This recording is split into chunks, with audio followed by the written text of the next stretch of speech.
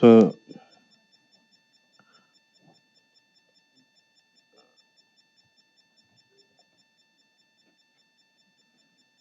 so in the last class, we've been seeing about the database table.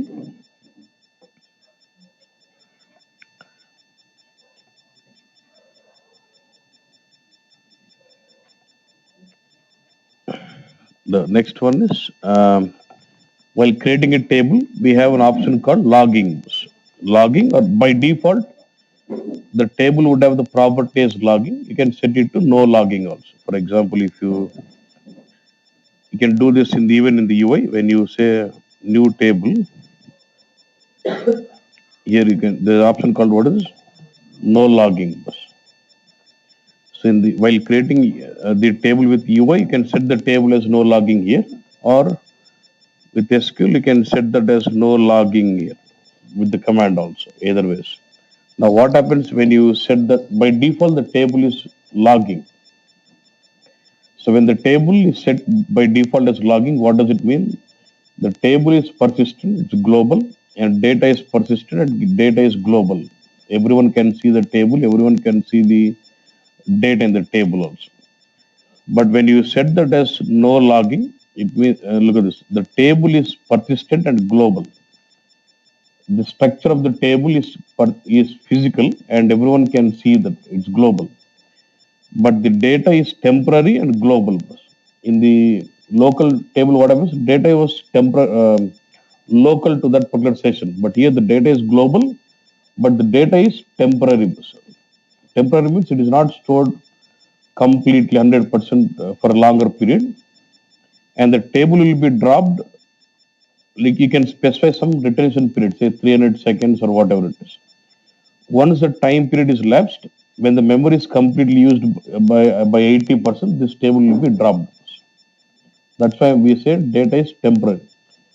The table is physical, global. Data is also global. Everyone can see, but the data is temporary. When you say no logging, you specify the retention period, say 300 seconds or 600 seconds. After this time has lapsed, the table will be dropped when the physical memory is used by 80%. That is what you say, no logging. Okay. But we cannot see that effect, but still, if we just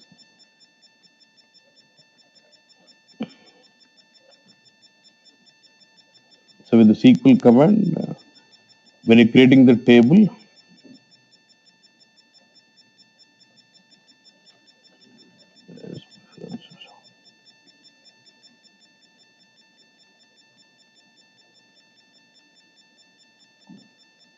should see some font here.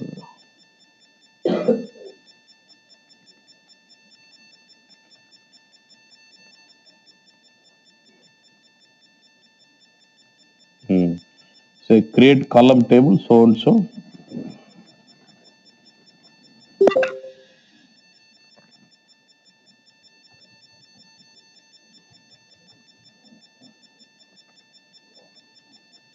So in the SQL, you use this command saying what? By default, it is logging is enabled.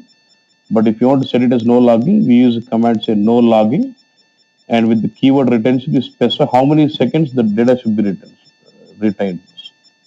After this 300 seconds has been elapsed, and when the physical memory is completely used by 80%, this data will be dropped. That's why you're saying data is global but temporary. Once the physical memory is used by 80%, this data will be dropped. Okay. Now I just create this table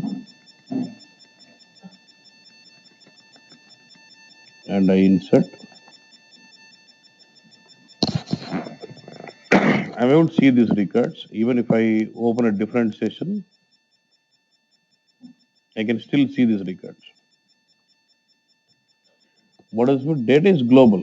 It can be available in multiple sessions, but this is temporary. Automatically, the data will be dropped when the physical memory is used by 80% and when the time is lapsed. But for me, there's no scenario where it does use 80% of the RAM here on the data. Okay, when the main memory is completely used by 8, this table will be data will be dropped. That is what no logging. Okay. So when you feel this table is not so important, When the memory is getting filled and you want this table to be dropped out, then you go with what? No logging. And then auto merge. So while creating a table, I'm not performing merging now. While creating a table, you can set up the table for auto merge or disable auto merge. When you enable auto merge, what does it mean? The merge column table will need a merging process to move the data from Delta store to what? Main store. When you say auto merge is enabled on this table, you'll have a process called merge dog, which will constantly check the tables and merging based on the auto merge decision function. You remember? So whether you want the system to do the merging on it automatically or not. Do you want the merge dog to take care of merging on this table or not? If you enable auto merge dog will the table is enabled so that if you enable a table for auto merge, your merge dog will be constantly checking your table. Whenever the auto merge decision function is satisfied, it does trigger the merging on the table. Now, for example, if I say this is a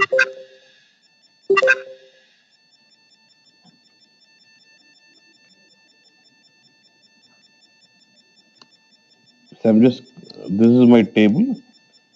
Suppose if I don't use this say keyword no, it means what? Auto merge is enabled on this table. And if I say no, I'm disabling the auto merge on the table. So while creating the table itself, you can specify whether the auto merge should be enabled on this table or no. If you say no auto merge is not enabled. If you say auto merge, then auto merge is enabled. If auto merge is enabled, then what happens? Merging is performed when if you go to configuration. So you'll have a process called merge dog, which actually does merging on the table, but it actually performs merging only when what? Only when this auto merge decision function is satisfied. There is a condition here. When this condition is satisfied, it does do the merging. Otherwise, no. So you don't trigger merging at all. System will take care about triggering the merging automatically by using merge dog. But merge dog will perform the merging only when this auto merge decision function is satisfied. That is what enabling auto merge does. Let me show you. But now I'm saying what? No auto merge means what? Merge dog will not trigger any merging. I would like to do merging manually by myself here. Execute this.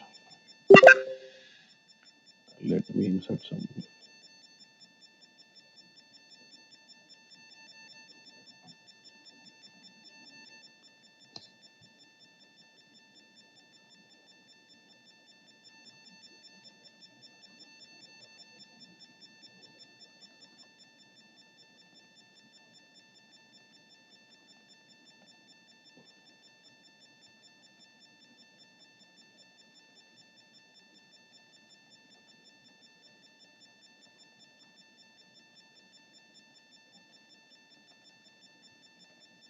So this table is created. I'm just inserting 4 records. Before I create, I just want you to see the table. Refresh. EMP merge. Okay. Right click and show open definition. If you go to the runtime information tab, you see the main store and what? Delta store. So let me insert these 4 records now. Did we enable auto merge or disable it? Disabled. So system will not do. I will have to do the merging on it. Execute this. And now 4 records will be there. Now what is the size of, look at this. Where is major size of portion? Until that logically should understand now the data is in what? In the delta store. So when does the data from delta store when you do the merging, right? But if I just keep inserting data, I will not bother about merging. If I keep inserting data on it, sometime it does do the merging when if auto merge is enabled. But I have disabled the auto merge, I'll have to manually do the merging on my own. Okay, boss? Now when it comes to manually doing merging, there are multiple ways you can do. You can do a smart merge or you can do a forced merge. When if I do smart merge, what happens again? Look at this. Again, if I say perform merge on this table and smart merge on, if I say perform smart merge, then what happens? Smart merge again. Even for smart merge, it level, what is this here? Look at this. So when you say smart merge, what? When you trigger merging saying smart merge, it sends a token to the server to perform the merging. But merging is actually done only when smart merge decision function is satisfied. You getting what I'm saying? నాకు అది కాదు requirement irrespective whether the condition is satisfied or not I want merging I want to do merging okay which is what we call as forced merge, yeah? So I can do that with SQL also, we'll see that, but now I just want to do it with UI. Look at this, select this table, okay, right click on this table and you have option, what is here, perform delta merge. Same thing I can also do with SQL also. See, data manipulation state, we'll see that later, but say perform delta merge. So it says so and so will do the merging, say okay. So once the merging is done, if you say refresh, what has happened? Now the memory store size has increased and delta size has gone down. What does it mean? Now all the data has been moved from delta to main bus. Let's say again I insert some data for this 5 and now say what, 6, 7 and say what 8. Again I insert 4 records. Then what will happen? Again it does insert data into delta store. Okay. Again I would like to do merging. Right click and say perform delta merge.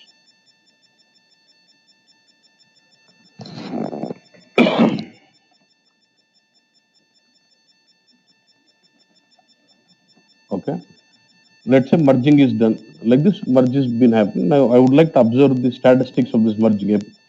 అంటే కొడుతున్నాం అయిపోతుంది కానీ ఇక్కడ అయింది ఏం చూడాలంటే I can see that. If you go to administration, if you go to system information, you'll have something called merge statistics here, where you can see all the statistics of your merge processes. See 7 cubics, what is this table? Did we do merging twice now? Just now, right click, say merge. It says on which server, what is the port, and what is the type you've done merging. 7 cubics on which table is EMP merge. If you go to right, merge, how many delta records were merged? How many records did, see, first time I inserted 4 records into delta, then I've done merging. So how many it has merged, how many records it has merged? First time 4, next time also what? 4 records, okay. And this is execution timing, seconds, okay. What is this? Here it will tell you what type of merge was it. Hard merge. That was hard merge. అట్లా merge types ఉంది. ఇంకా మిగిలిన కిందవన్నీ it was actually, it has done auto merging. Auto అంటే system was done it.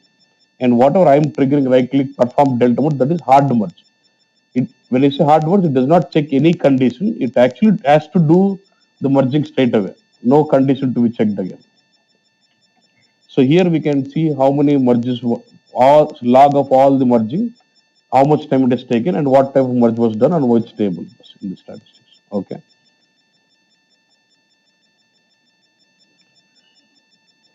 But I can also trigger smart merge now. You will not see that effect, data moving from delta to main, because you will see that effect only if the condition is satisfied. That's it. We'll see that later.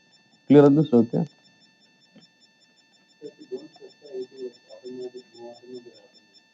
Yeah, if you don't specify anything, by default auto merge is enabled on the table. So you have to explicitly specify no auto merge if you want to disable auto.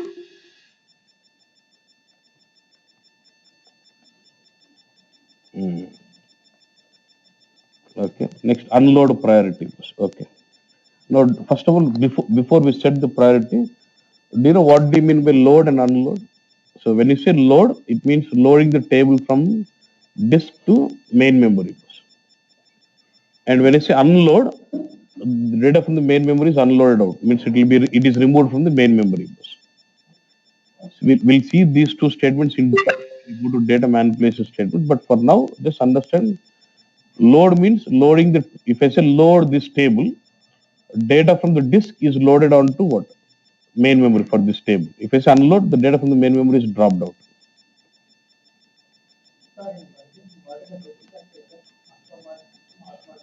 smart merge.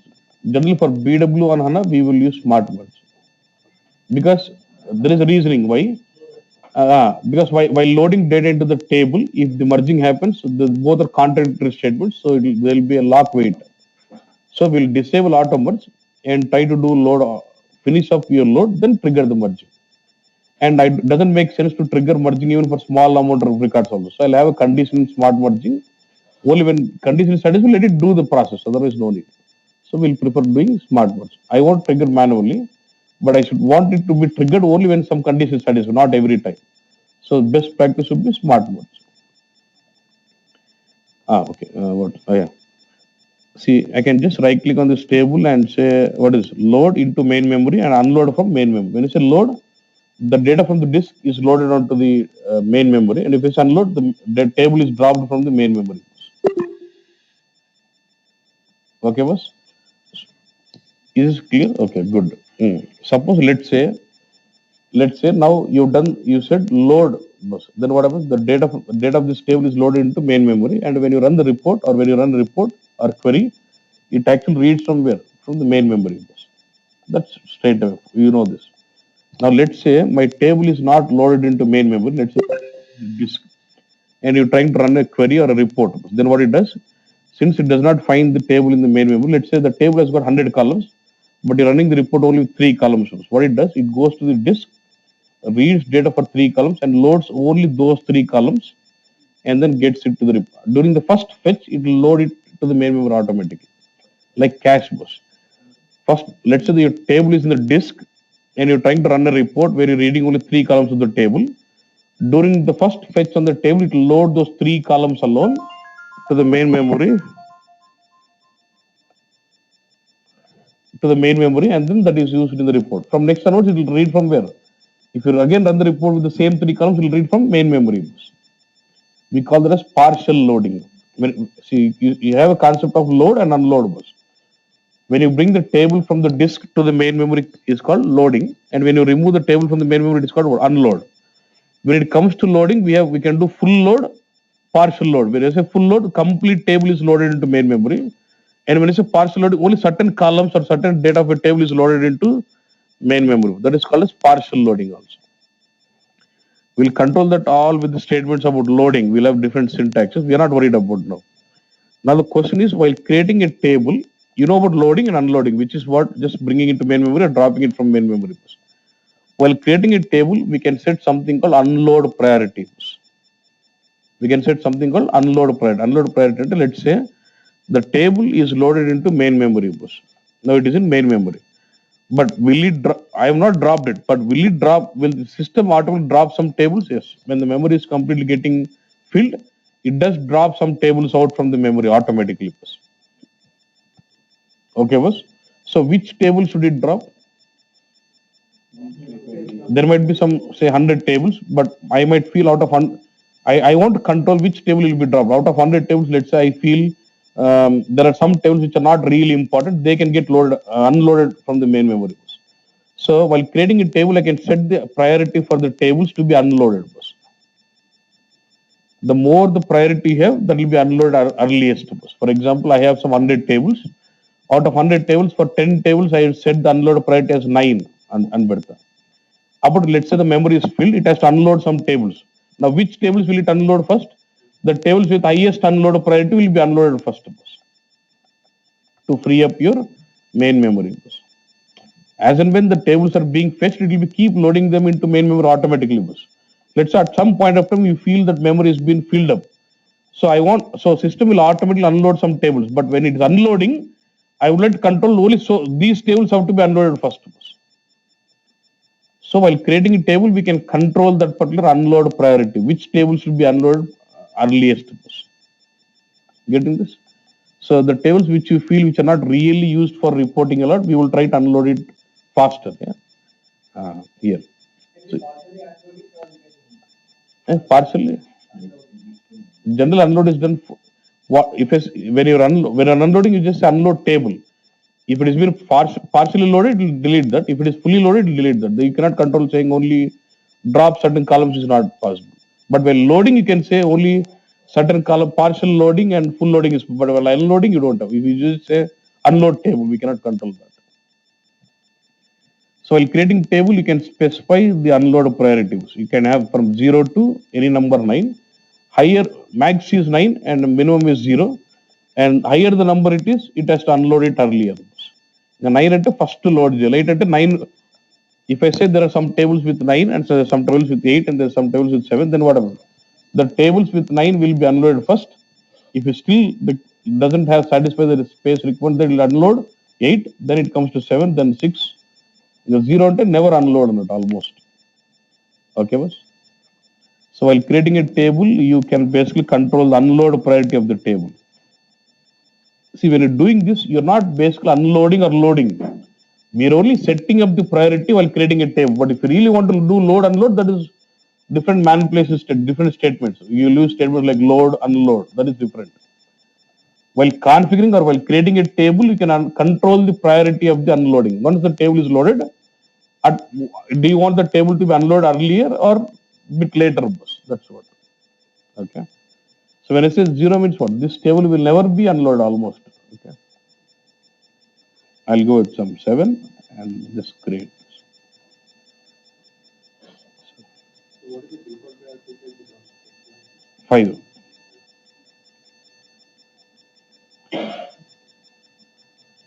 Okay, so you can control the priority to be like this. Whether it is higher the number it is, it has to unload from the main memory faster, earlier. But loading, unloading, we will see when you get on to data manipulation statements. Don't worry. It's only about setting. How do we set up priority while creating a table? Yeah? Service, what is priority? 2 terabytes per one table, max. Max one table can hold 2 terabytes.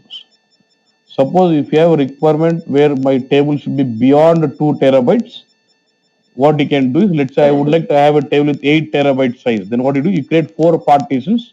Then each partition can go up to 2 terabytes. That is how you handle it. But max one table size is 2 terabytes. But again, the size of each partition can go to 2 terabytes. Suppose if I split up a table with 4 partitions, each partition can go up to 2 TB. That's how it is. There are some max limitations. I'll show you. Okay, boss. Yeah?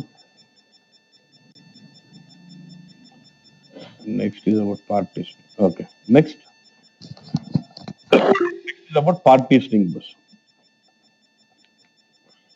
We know what partitioning. It's about splitting a table, but there are different types. See, partitioning of table is nothing but splitting the table into multiple blocks. So partitioning a table will improve query performance, will also improve your merging performance, will also improve your database sizing will also help you to hold more data into it also. You'll have lots of benefits when you do part. One is reading performance is better. Sizing, we can store more data into each of the partitions and also improves your merging. Okay. Now, when it comes to partitioning, we can do 3 types of partition: hash, range, and round robin. Hash partitioning, range partitioning, round robin partitioning. Hash partitioning ante em ledhu boss.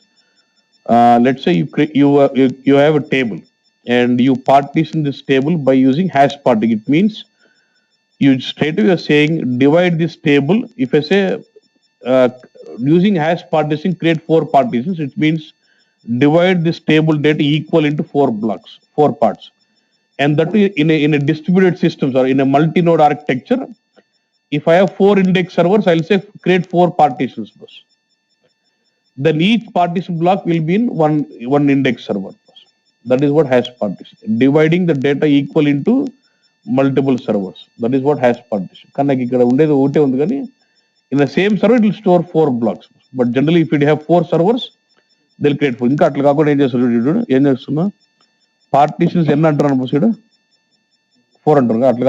real time, I don't know how many servers I've got. If I've got, let's say 10 index servers, it has to create 10. Then I can say partitions, server number of function betage.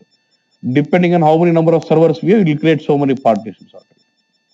Let's say I have a table. Instead of holding this table in a single server, I would like to partition the table across multiple servers so that with the parallel reading, massive parallel reading was it improves my query performance. So if I have 5 index servers, I would like to partition this table at 5 parts and then store each part in one index server. That is hash partition. So here you could say, and generally the partition is done on the primary key field of the table. And by using partitions, you can say 4 or how many you want. Generally, instead of saying 4, you can say server number of function. If we use this function, if I have 5 servers, it will create 5 parts. If I have 10 servers, it will create 10 parts automatically. నాకు ఇక్కడ అన్ని లేవు, ఉండేది ఒకటే కాబట్టి ఇప్పుడు నేను ఊనే server number అంటే ఒక పార్టీషన్ క్రియేట్ ఇది, ఎందుకు నాకు ఉండేది ఒకే ఇండెక్స్ సర్వర్ కాబట్టి. So I'm just going with okay bus. UI, but you can do partition. So after doing this, you can see which partition is there in which server. Yeah. But for me, I don't have, we cannot see because నాకు ఉండేది ఒకటే, but you can really see that also. I'll show you. First, I'll show you with, we can create partition with SQL like this. I'm just creating some table. So while creating table itself, we can specify the partitions to be created. So I'm just creating so-and-so.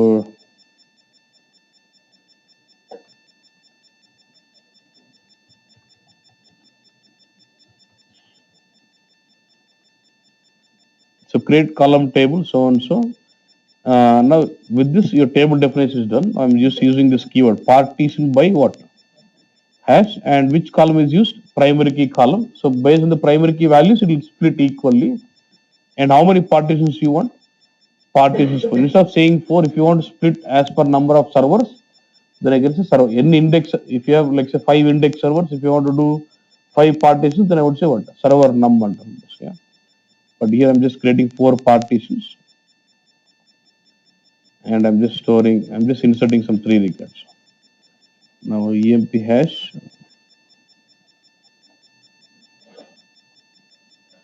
So open the definition. If you go to here, runtime information,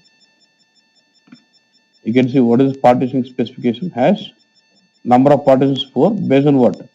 Employed. Now in the parts tab, you can see the actual partitions. Expand this 1, 2, 3 and 4. And if you want to see the number of record count, in the first partition I have 1 record, and in the fourth partition I have 3. We cannot control it. The system will split it automatically in the partition. But all of them are in my same block. I think real time, if you have multiple, you can see different ports being used. And if you see, and each partition will have different columns again. I have 4 partitions. Again, for each partition, you have separate block for each column. See, partition ID 1, 2, 3, 4 columns. 1, 2, 3, 4. See, I got employee name column split for 4 partitions. Employee ID split for what? 4 partitions, column wise. Like this, you can create a partitions hash partitioning by using the command or the SQL statement like this. We can also do partitioning with UI also.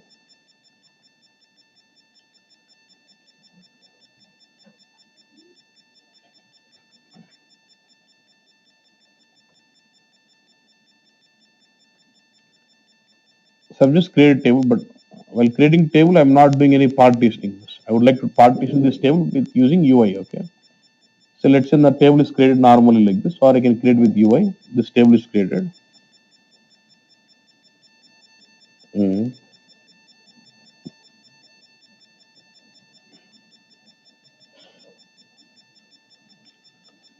So employee emp hash 01 is my table, and I would like to create partitions on this table, not with the SQL. I would like to do with UI. I can also do with UI. So what you do is you either right click on this folder tables, okay? You get the option as what? Show table distribution, or you right click on the schema, you get the option as show table distribution. Table either on the tables folder or on the schema, you get the option as what? Show table distribution. You can do merge, delete part, we'll see. And so show table distribution. It will show me all the tables. Monday in the table emp hash. ఇక్కడ చూపిస్తుంది చూడు, EMP hash already 1 2 3 4 ఉన్నాయి ఉంటుంది. మన ఇది కదా, As of now, is there any partitions for this table? No, right? Select this hash 01, right click and say what? Partition this table. So when I say partition this table, you want to go with hash or round robin ikkada undadu. You cannot create round robin using UI. It's only hash or range. Round robin has to be with SQL only. Either hash or what? Range. నీకేం కావాలి? Hash partitioning.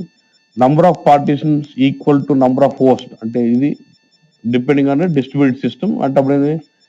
Partition server num అన్నట్టుగా. I don't that. I would like to specify. ఎన్ని కావాలి? I want to have 4. Okay. Or 5, anything. ఇంకా I'll come to this. There's something called multi-level partitioning also. First, I'll split the table into 4 partitions or hash. Under each hash partitioning, again, I would like to have some year-wise partition. At multi-level, hash, I want to have what? 4 partitions and say what? Next, you want to do partition on which column? Employee ID and say finish. See now for hash 01, 1, 2, 3, 4, you can also see the partitions here. You just create 4 partitions. Like this, even with UI, you can create your partition on the table. Hash partitions, okay. Then there's something called range. Now, which we are familiarized with this, right? Range partitioning ante generally when you want to partition your table based year-wise, month-wise, or some quarter-wise or something, we use this option. Look at this. How do I do this?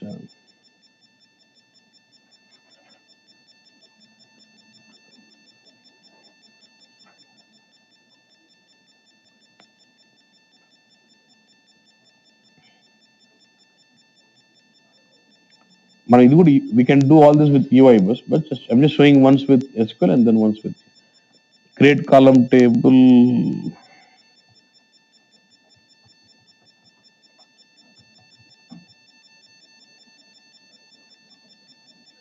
So you'll have create column table and the table name and order ID, order date, some net cells, and the primary key is what? Order date and order ID and what? Order date. Even when you creating range partition, the column must be part of primary key. Okay. So I'm saying now once this table definition is done, I'm saying partition by what now? Range using which column?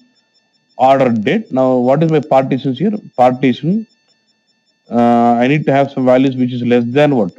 2015-01-01 and what and less than this and greater than this. What is it? 1st June. From 1st Jan till 1st June, I want one block. I gave a range. From 1st Jan to 1st June, there's one partition I want. There's one more. Like this, I can specify a range also. Or I can also specify single value. Partition value is equal to 15th August. Okay, date. Single value partition చేయొచ్చు. I can also specify a range partition interval or and say what? Partition others means what? Anything which does not belong to either of this, it gets into partition others. In this case, it has 3 parts. 3 partitions. No, this is one partition which will have from Jan 1st to June 1st. And this is one partition which will have only date transactions which are created on 15th August only. And anything which does not belong to either of this will get into others. Yeah. So I can create this way. Range part.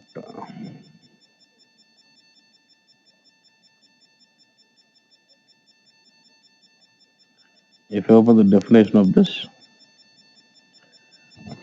it says range partition. One is Jan 1st to June 1st, 15th August, and then star means what? Rest. You can see those 3 blocks and you can see the range. What is the condition of each of this? Okay. And then you can go about inserting some data based within the 1501, 1503, 15. Yeah. ఈ రెండు ఎక్కడ పోవాలా? First black లేక పోవాలా? Next day ఉంది bus 15th August to 15th August. Sorry, 2015. So these two are between 1st of Jan to 1st of June. But this is on 15th August. So 15th August is what? Second partition. But these are 15th August 2016. So these have to go into what? Others. Others 3. First is the 2 is the next one.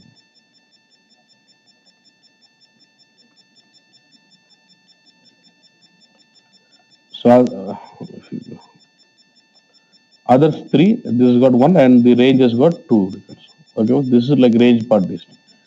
So now we've got date. Now can I also, by using this order, I have got date field in the table, but using date, can I derive month? If I give you date saying Jan 1st 2015, what is a month? Jan 2. So from the date you can derive month. Now can you, from the date, can you derive year? I can use some function like month of date, year of date, and then derive, right? So when I have a date, by using this function month of or year of, I can derive month or year, and then partition can be enabled on month wise or year wise also. See here, this table has got order date, but from the order date, I can derive another column saying month or year, and then partition on that column month or year. Got the point?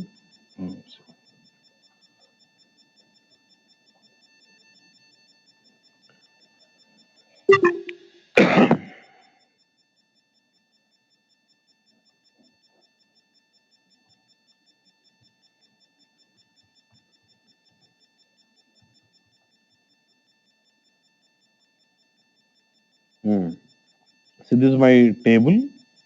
I'm saying what? Partition by range. Am I using this order date column directly, or I'm using the saying month of order date? So I'm using the function month of, which will, so what happens? It derives month based on the date, and then according to month, I'm partitioning it.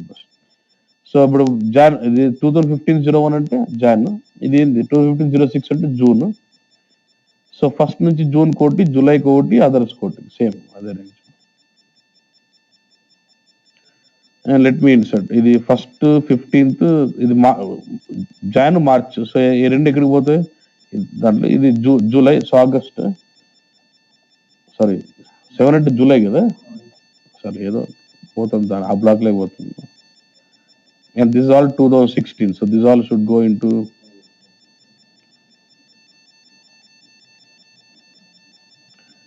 range part month.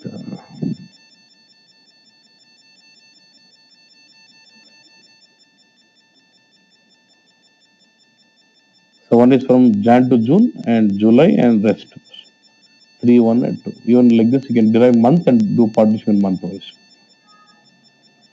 So I can, instead of writing SQL like this, I can also do range partitioning by using what? UI also. Let's say I do this. I have, but what are the column you're using for range partitioning also must be part of primary key. Okay.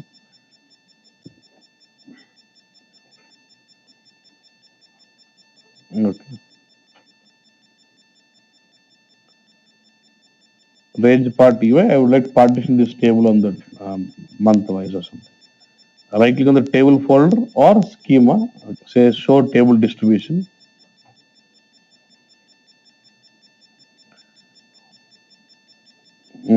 Range part UI. If you have a lot of tables, you can do filtering here. I'll say range. It'll show only the tables with the name range. Okay, I can do filter like that and restrict. Right click and say what? Partition table. You want to do partition on what? Range. Okay. Say what? What do you say? Next. Now, what is the column you would like to use? You said you would like to do range partitioning. You would like to do range partitioning on which column? Click on this and say what? Order date. Would you like you do partitioning on the order date directly, or do you want to derive month and do partitioning on it? Let's say I would like to go with year, boss. Okay. Then I'll say drop down. You can say year of or month. If I say month of, then you start partitioning it on the month. If you say year of, then you start partitioning on the year wise. Again, అప్పుడు in the year of this date function వేసుకుని the format will come as YOYY. ఇక్కడ format చెప్తుంది నీకు, month పెడితే YOY-MM ఉండాలి అంటుంది. Okay, year of. So I would like, so now, and then when you go range, you can specify the range or single values also. Range అంటే ఇక్కడ add అని start value ఏంది 2002 2005 ఒకటి, and then I'll say 2006 to 2010 అటు range. Okay, నాకు single value కావాలి, కొన్ని 2011 కావాలి, 2012 అట్లా. You can go with intervals, you can go with single values also.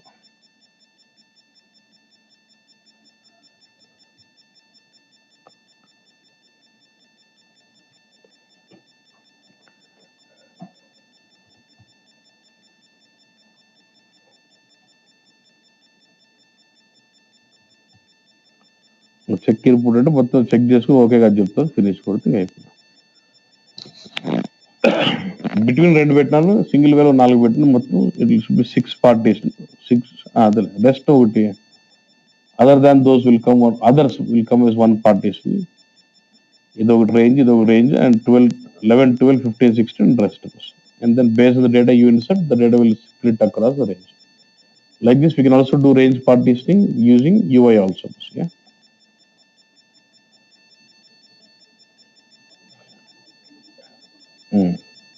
Old partition. See, look at this. When I say hash partitioning, you're splitting the table into all the servers based on the number of records. Okay. And when you say range partitioning, you're splitting up data based on some time factor, date or month or year. Okay. And then we're going with what? Round robin partition. Round robin cannot be done with UI, it has to be done only with SQL state.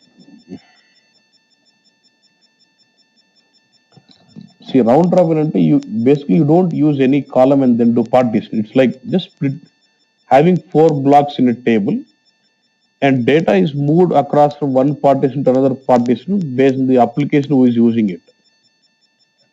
Say for example, I create a table and I create 4 partitions on the table by using round robin. And when you insert data, you you cannot control which partition it goes in. So the application which is using this table will control when the data should move to which partitions. Program will control that. Then we go with round robin application. Until let's say you have BW application sitting on top of HANA. I have my cube. So when you cube will have fact table, actually the fact table will have 4 partitions on round robin, where your ABAP program will control that data should move from partition 4 to 1 or 1 to 2 or 3 depending on its program. And using ABAP program will control the data to be moved to which partition block. It's not about data being equally split up or based on the year or month. Your program which is using this table will control the data to be moved to which block manually. Explicitly, the program will control that. Application will control that. So using round robin, you can say how many partitions you want, but how are those partitions been leveraged will be controlled by the application running on top of it. Okay. నీకు ఇప్పుడేం కనపడదు but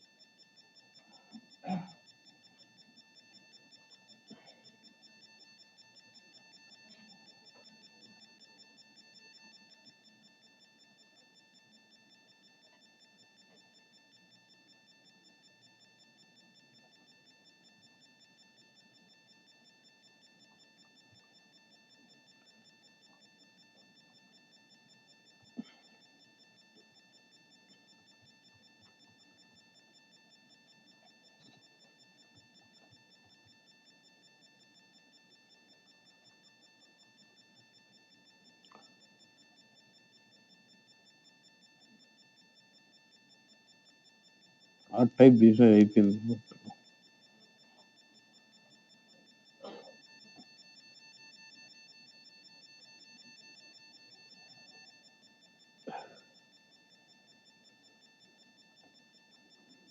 Okay, boss. This is my table and this is what I'll do. Partition by what? Round robin, how many partitions you want? This one does not use any column. So when it does not use column, it is clear that it is not splitting the data based on the column values or something. You will just have some program or application which is using it, will control which data should be moved to which partitions when. And round robin partition is one leverage for fact table of your cube in BW. Yeah, I'll show you. We'll control that later, but now.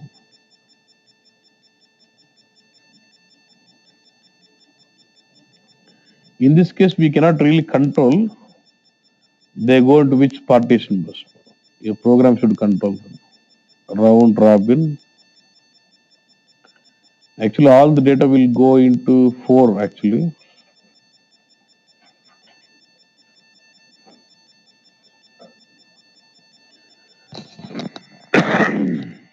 I said round robin, expand this and partition number 4, if you go to right,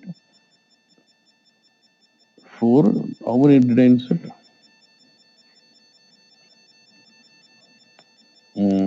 6 records. So 4 records into partition number 2 and 2 records. But I cannot control this. It does split it. So there should be some program at the top which will say, okay, first when you're inserting, please insert into partition number 4.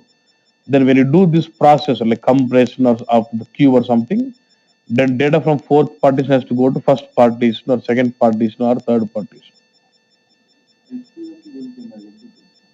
ఇప్పుడు అన్ఆప్టమైజ్డ్ cube అనుకో, అన్ఆప్టమైజ్డ్ cube SP ఉంటే అన్ని కింద అన్ని 4 క్యూబులు అన్ని ఇట్లే ఉంటాయి. ఇదే concept. I will show you. యాక్చువల్గా ఏం చేస్తారు, I will come back to the topic later, but ఈ cube will have fact table and fact table is partition with 4 partition with round robin. And what are the data you load? First, the data will get into partition number 4. When you compress the cube, data from fourth partition will get into first partition. So in case of a cumulative cube, normal cube, it does use partition number 1 and partition number 4. Suppose I create a non-cumulative cube like inventory cube. Okay. So inventory cube also will have fact table, it will have partition number 1, 2 and 3 and 4. And the data what you load will again come into partition number 4. If it's a non-cumulative, when you compress, do you say marker and no marker? When you compress with marker, initializing stock, then the data will go into partition number 2. When you compress the stock with only movements, then it will go to partition number 3. So for 2 and 3 is used only if you're working with non-cumulative cube.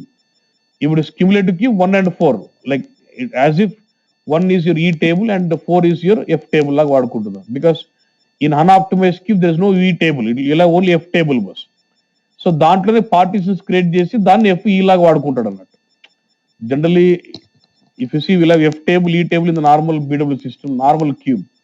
But in unoptimized cube, we'll have only one table, F table, and partition number 4 itself is used as F and partition number 1 is itself used as E table. So before compression it will be in 4, after compression it will be in 1. But in case of partition number 2 and 3 will be used only in case of non-cumulative cube. 2 for initial stock, 3 for all the movements.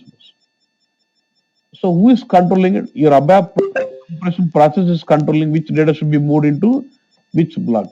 That's where they use round robin partition. Okay. Okay. And then there is also concept called multi-level partition also. What I want to I've got 4 index servers. I have a huge table.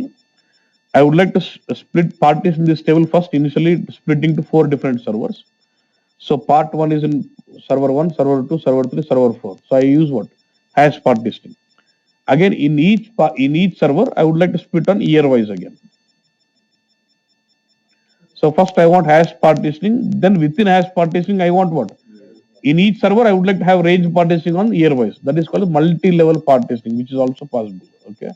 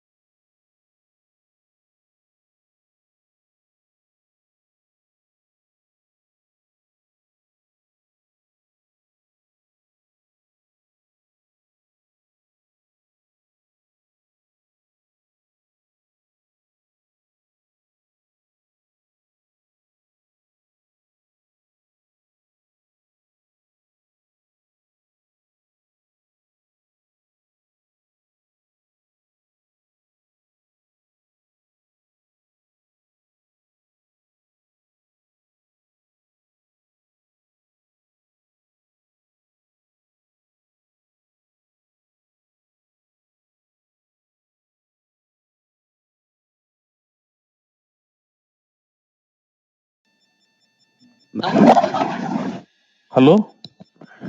Can you hear me now?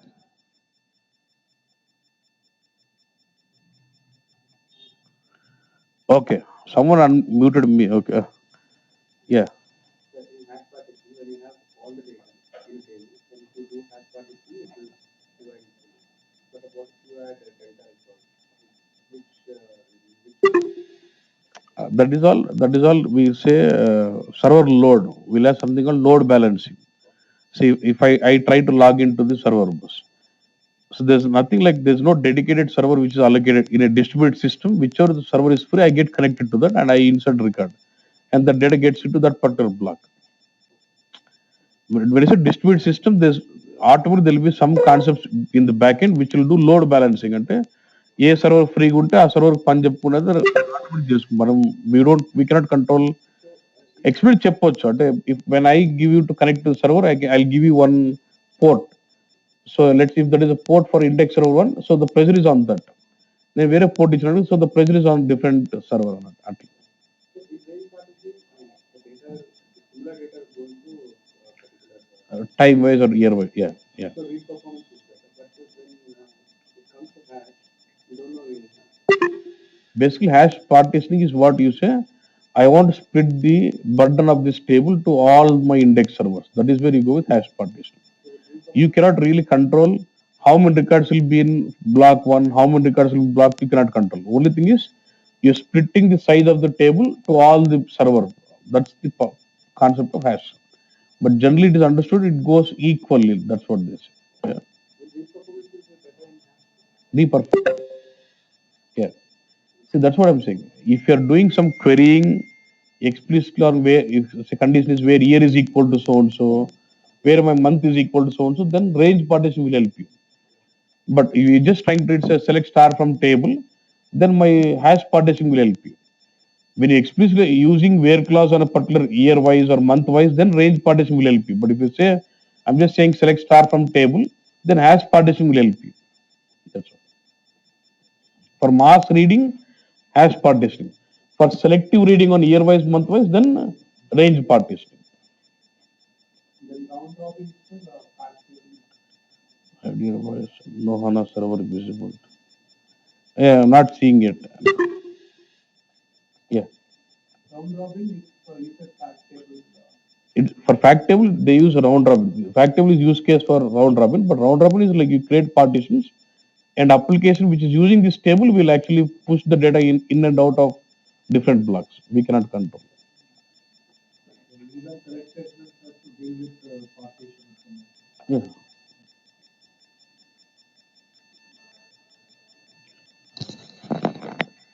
But means when you're writing select, you say I want to read from this partition. No. No. We just say select. That's it. The system will take care of using those partitions.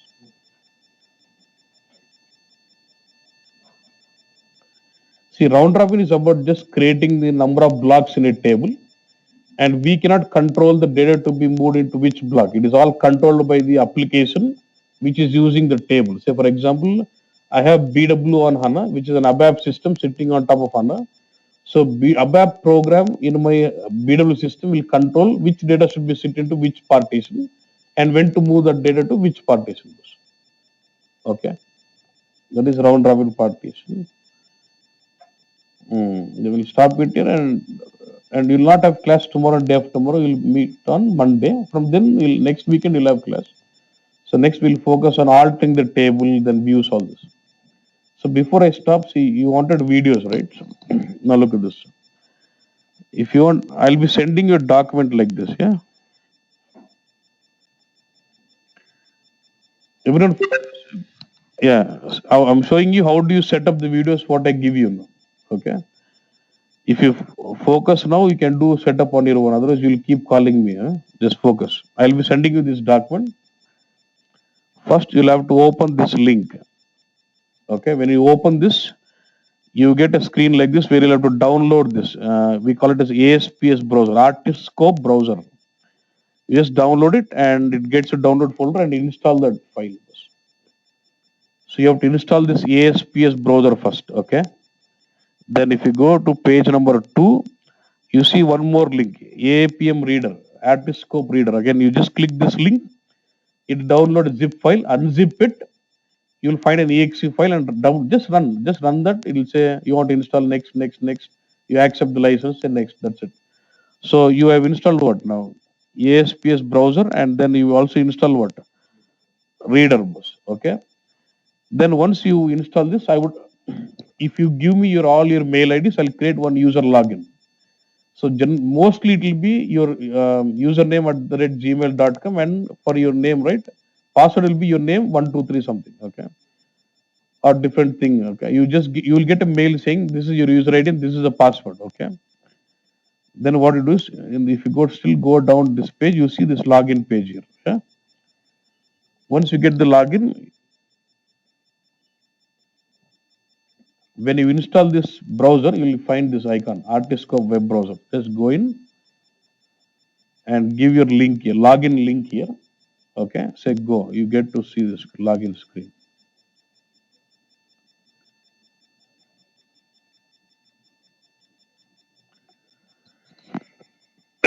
Then you start giving your username and password, login this. So you should do like this.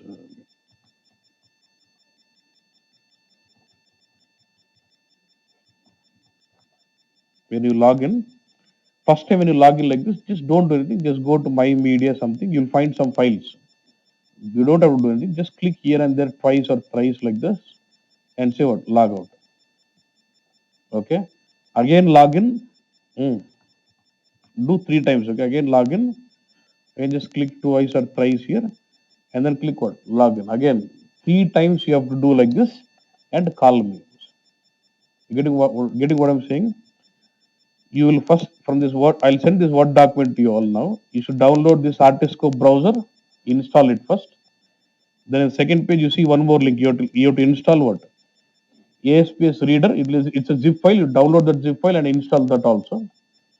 Then once you download, by the time I would have created your user ID, you'll get a mail to your Gmail saying your user ID is so and so, password is so and so. Then using this login link, you have to log in through what? Which browser? Not your Gmail. You have to log in to that link through what? ASPS browser. If you go to home, you'll have to give your login link here and say go. Give your user ID and password. Login. Just click 2-3 links there and then log out. Do 2 to 3 times like that. Okay, boss. Okay. Clear on this? Once you do that, what you do is just create some folder in Windows. Yeah, sorry, on the desktop, saying like this, HANA videos. Okay. And I would have sent you one Google Drive file. Okay, to your all your email. Just download that file onto your folder and keep it ready. You got what I'm saying?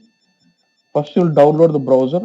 You will install it. You'll download the reader and install it. And then if you got your login details, you log in twice or thrice to the same login system, and then will call me. And before calling me, I would have sent you the archive file also. I would have sent you the video files as a Google Drive. Just download that file. You'll have the .apm. You'll have that file as .apmf. Okay, download that file and store it in a desktop, like in a folder like this, and then call me. Then what I'll do, once you logged in, I will send you you'll get one more mail. You'll get a token, and download the same token to the same folder here. Okay, then that will be a zip file. Okay, for example, this is like you get a token. It's just 1 KB. Yeah? You'll get token like this. So already you might have some archive file. I'll tell you.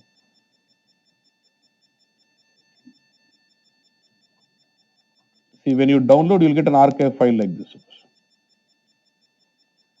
Then Google Drive is download this, it will archive file వస్తుంది. And then once you tell me you logged in twice or thrice and tell me, then I'll send you a token, which is just 1 KB. So now you have an archive file and you have a token. You have to right click on this and say unzip it. Okay. But when I extract this, what is happening? This zip folder is unzipped here, but the file is here, right? The file should come onto the same folder where my archive file is also there. Token unzipped file, and this both should be in same folder. Okay. And now this is the archive file and this is the token.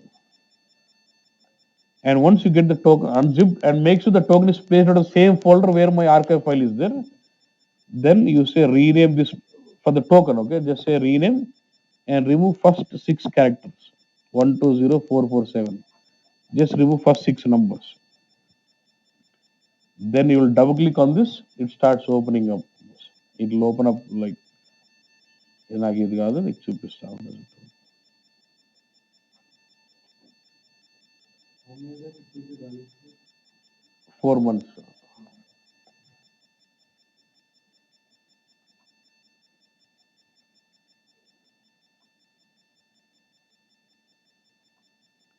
It will open up like this.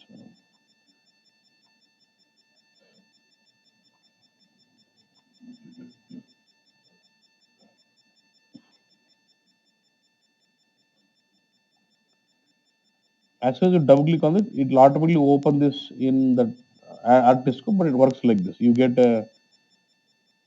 get links here, and when you click this, it will play a video to the right.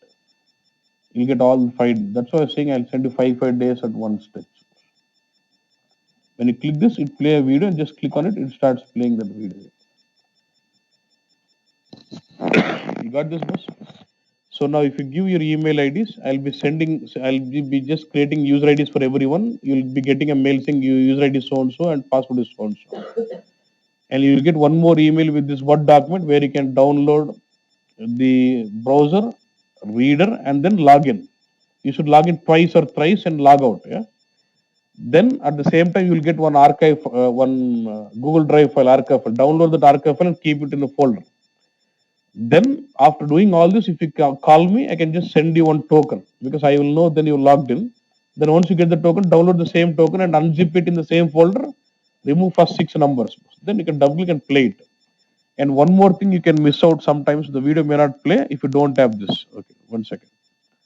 You'll have to get into this get.adobe.com/flash player also because that needs a flash player. So let me put this also. So I'll put this also download flash player.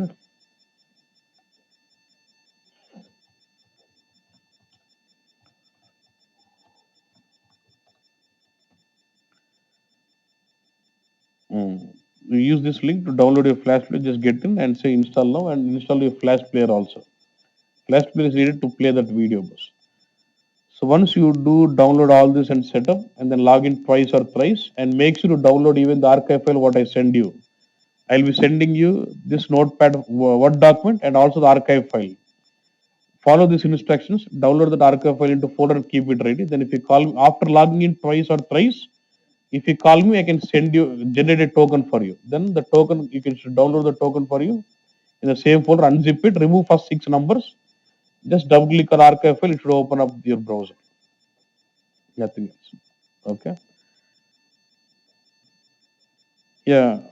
People who are at online, just ping all your email IDs in this now. Just ping out. People who are in online, just ping out all their email IDs now. rvssagar.gmail. Yeah. Everyone ping out, boss. People who are in online, just ping your email ID so that I'll be sending it out. Or any issue, you can. My number is 888-623-0001. You can call me if there's some. If you not got something, you should receive your email for your archive file and this Word document by 11 o'clock, 11:30. If you're not received, just call me once. Okay. And offline, you have to type in all your emails here.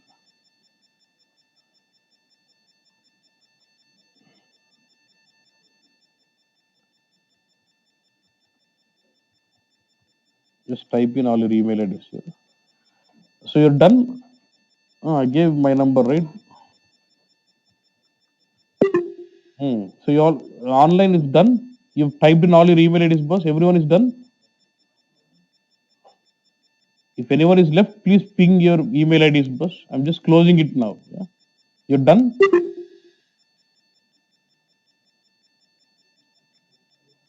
So if everyone is done, I'm just closing it out, boss. Okay, fine. Sir, when we get any PDF I'll send. Just PDF I'll just send normally, but videos will get it like this. For the same mail, if there's the PowerPoint and the notepad files, I'll send it as an attachment. Okay. You're done? I'm closing it, boss. I gave numbers. It's 888-623-0001. Okay, I'm just closing it now. So you'll not have class tomorrow day after, it will be on Monday.